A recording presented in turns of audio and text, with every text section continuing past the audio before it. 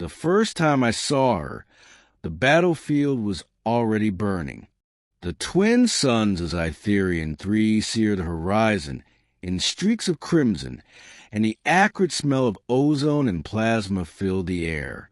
Explosions punctuated the deafening roar of laser cannons and plasma mortars, sending showers of molten debris into the blackened sky. And there, amid the chaos, she fell. The alien princess.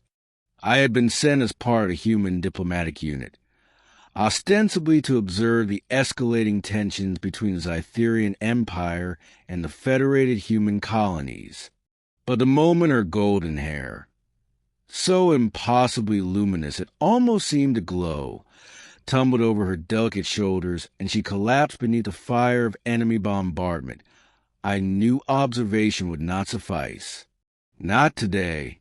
I ran through the smoking wreckage of armored skimmers and shattered turrets, dodging fire from alien war drones whose segmented bodies and glowing red eyes tracked me as if sensing my intent. My pulse pounded in my ears, drowning out everything except a singular thought. I could not let her die. She was the heart of a civilization I barely understood. Her people, with their translucent skin that shimmered in the sunlight and eyes like molten silver, were legendary in interstellar politics. Losing her would not only destroy a dynasty, it could ignite a war the likes of which the galaxy had never seen. The moment I reached her, she was struggling to rise, her robe shredded, body scorched. The fine mesh of her royal armor had been burned through in multiple places, exposing fragile skin that glimmered faintly under the blood-stained dust. She whispered, her voice melodic, almost otherworldly. I cannot move. Sure, I said, gripping her tightly. I've got you. I'll get you out of here. And then I did something I had never done before in my life. I lifted her into my arms. The heat of the burning battlefield was suffocating. Laser fire streaked past, and robotic siege units advanced, oblivious to the smoke and bodies that littered the ground. I ran faster than I ever thought human legs could move, leaping over fallen mechs and flaming craters, feeling the unnatural weight of a life far more precious than my own. Somehow, against all odds, I reached a small ravine that offered minimal cover. I collapsed against the jagged rocks, panting, sweat and ash dripping from my brow. Her head rested against my chest, and I felt her shiver, not from exhaustion, but from the residual heat of plasma burns. Hold on, I whispered, my own voice breaking. We're not done yet. Hours, or maybe minutes, time had lost meaning, passed before we were finally rescued by a squad of Zytherian loyalists. They looked at me with a mixture of awe and disbelief. You carried her through the fire of war, one said in the alien tongue which I barely understood. Yet the tone was unmistakable. Reverence. By the time the war ended, though in truth, it never truly ends in these sectors, I had become more than a human observer. I was a man who had risked everything for the Princess of Zytherian, and she, in turn, had looked at me not with gratitude alone, but with something deeper, something that sent an unsteady warmth across my chest. Chapter 2. The Court of Ashes. The Zytherian Empire was in ruins. Orbital satellites lay shattered. Entire colonies burned, and the remnants of their fleet were scattered across the outer rims. Yet within the palace, the splendor of an ancient civilization endured, as if the walls themselves refused to acknowledge defeat. The Princess Leora had insisted I accompany her to the capital. You saved me, she said softly. You will be honored where you deserve, or the Empire will dishonor itself. I protested, pointing to my human credentials. I'm just a soldier, a diplomat, nothing more." She smiled, the curve of her lips like sunlight on molten silver. "You are more than that. You carried me through fire. You carried the weight of a future none of us dared imagine." At the palace, the queen awaited. She was magnificent, more formidable than any warlord I had faced on the battlefield. Her presence radiated authority, her eyes sharp as crystalline daggers. And yet, when they fell on me, there was a glimmer of something unreadable, a spark of approval or perhaps curiosity.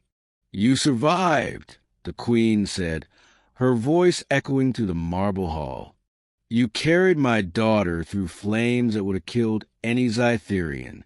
Tell me, human, why?" I swallowed, my mouth dry. "Because I couldn't let her die. Not when the war was already cruel enough." A silence followed. Then the queen, to my utter shock, approached me. "You have courage," she said, "and more than courage, a heart capable of defying death itself. Zytherian honors such bravery.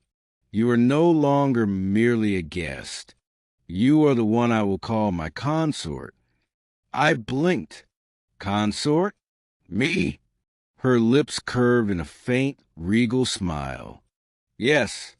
The Empire requires unity in the aftermath of this war, and my daughter chooses you."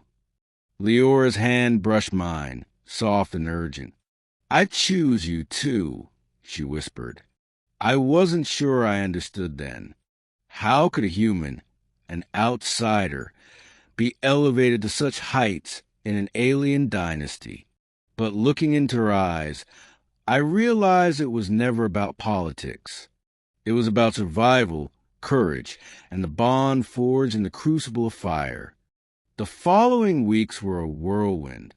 The palace was a maze of shimmering halls, suspended gardens, and bioluminescent corridors that seemed alive under the touch of Zytherian technology. I was tutored in the language, customs, and history of a people whose memory spanned millennia. Yet each lesson was overshadowed by the unspoken tension. The war was over, but enemies lurked in every corner. The princess was more than royalty. She was a strategist, a warrior, and a scholar of ancient energy weapons that predated human understanding. Together, we trained in the art of combat, blending human ingenuity with Zytherian agility. In those moments, we discovered each other, not as royal and consort, but as two beings intertwined by choice and necessity.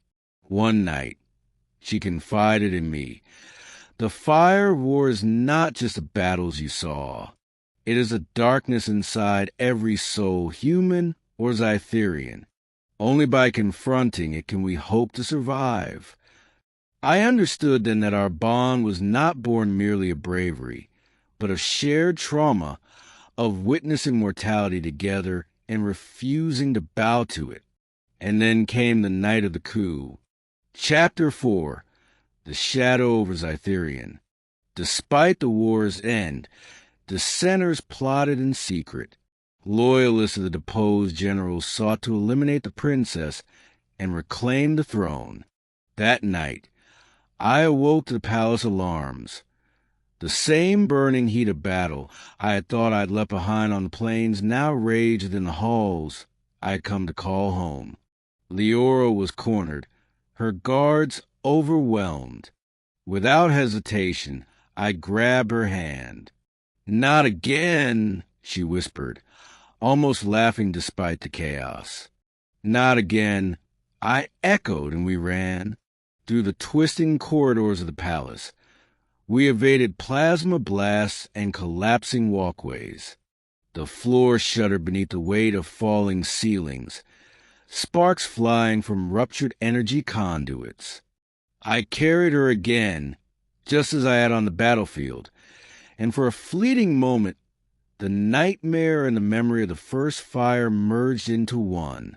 At the top of the central spire, the queen awaited with a contingent of loyalists. She extended her hand, not in command, but in solidarity. "You carried her once through the fire of war," she said. "Now you carry the Empire." The coup collapsed under the combined strength of human and Zytherian forces. And in the silence that followed, the queen approached me. Her gaze was intense, almost maternal yet regal. "You have proven yourself worthy beyond measure. Leora is my daughter, and you are my consort. Together, you will rebuild the Empire." Chapter 5. A New Dawn. Months passed. The Empire slowly healed, and the bond between human and Zytherian deepened. I was no longer an outsider, no longer merely a human observer. I was a participant, a partner, a protector of a civilization that had welcomed me not out of obligation, but out of respect and recognition of courage. Leora and I walked to the gardens of the restored palace, the twin suns of Zytherian, three casting golden light over our path. She rested her head against my shoulder. "You know," she said softly, "I never thought I'd meet someone who could carry me through fire, literally and figuratively. And yet here you are." I smiled, feeling the weight of our shared past and the promise of the future. "I'll always carry you," I said, "through war, through peace, through whatever comes next." She looked up, her eyes bright with unspoken emotion. "Then perhaps one day, the stories will tell not only the princess who survived fire, but the human who became more than legend, who became my consort, my equal in my heart." And in that moment, I realized that the fire of war had not merely tested us. It had forged us, forged a bond that would endure for lifetimes, across galaxies, through wars yet to come. And for the first time, I truly understood what it meant to be more than human. Because love, courage, and loyalty, those were universal. And those had made me, against all odds, the consort of an alien queen. The twin sun set over Zytherian 3, painting the sky in gold and crimson. And as we watched, hand in hand, I knew that the fires of war had given way not to destruction, but to a beginning,